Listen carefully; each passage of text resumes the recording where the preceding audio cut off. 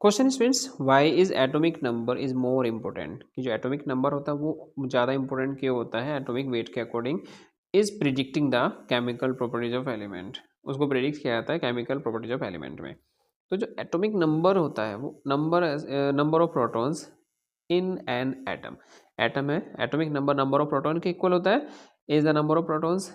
And during a chemical reaction के time पर जो नंबर ऑफ प्रोटॉन्स होते हैं वो अनचेंज रहते हैं, क्योंकि चेंज नहीं होते।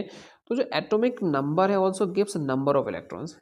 एटॉमिक नंबर को हम क्या कहते हैं, वो नंबर ऑफ इलेक्ट्रॉन्स भी देता है। Electrons are present in shell, electron shell में प्रेजेंट होते हैं जो पार्टिसिपेट होते हैं केमिकल रिएक्शंस में और डिसाइड्स करते हैं केमिकल प्रॉपर्टीज को। जबकि जो एटॉमिक वेट है वो सम होता है number of protons and number of neutrons का। तो so atomic number is more important in predicting the chemical properties of element. इसलिए जो केमिकल प्रॉपर्टीज है एलिमेंट की उसको प्रिडिक्ट करने में एटॉमिक नंबर मोर इंपॉर्टेंट होता है।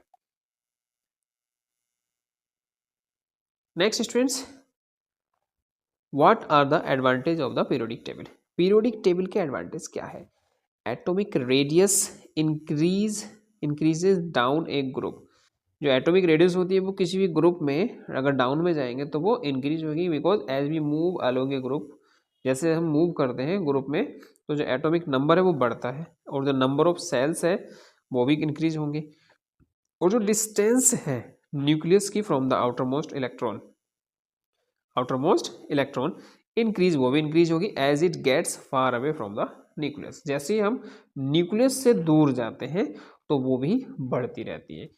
और एटॉमिक रेडियस डिक्रीज होगी पीरियड में, क्योंकि जब हम मूव करते हैं लेफ्ट टू राइट में अलोंग ए पीरियड, तो जो एटॉमिक नंबर होते हैं एटम के वो इंक्रीज होते हैं, जो पॉजिटिव चार्ज है न्यूक्लियस के एंड इलेक्ट्रॉन्स है वो ऐड होते रहते हैं सेम ऑर्बिट में, और न्यूक्लियर चार्ज भी बढ़ता रहता है, विल इंक्रीज वो भी होगा। तो जो फोर्स ऑफ अट्रैक्शन होगा इलेक्ट्रॉन्स का वो भी कैसा हो जाएगा, इंक्रीज हो जाएगा।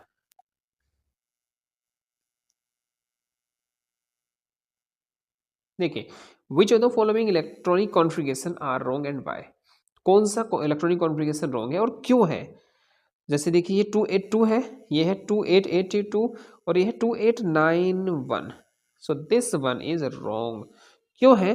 क्योंकि किसी भी इलेक्ट्रॉनिक कॉन्फ़िगरेशन में शेल में 8 इलेक्ट्रॉन से ज़्यादा नहीं हो सकते। इसमें थर्ड वाले में 8 से ज़्यादा नहीं हो सकते।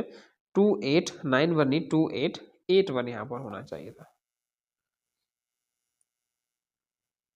ठीक है, क्योंकि यहाँ पर 2891 is wrong because after filling 8 electrons in the third shell next 2 electrons in the fourth shell to maintain stability of an atom, atom की स्टेबिलिटी को मेंटेन करने के लिए, राइट।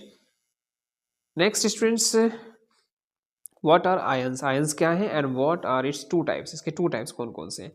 व्हेन वन और मोर इलेक्ट्रॉन्स, वन और one से ज़्यादा electrons are remove from a neutral atom, neutral atom से अगर उसको हटा देते हैं, रिमूव कर देते हैं तो पॉजिटिवली चार्ज पार्टिकल्स फॉर्म होते हैं और इसी को हम क्या बोलते हैं, आयन बोलते हैं।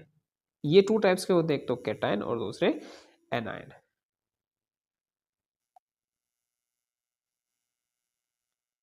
नेक्स्ट है students, so diagrammatically the formation of O-2 ions.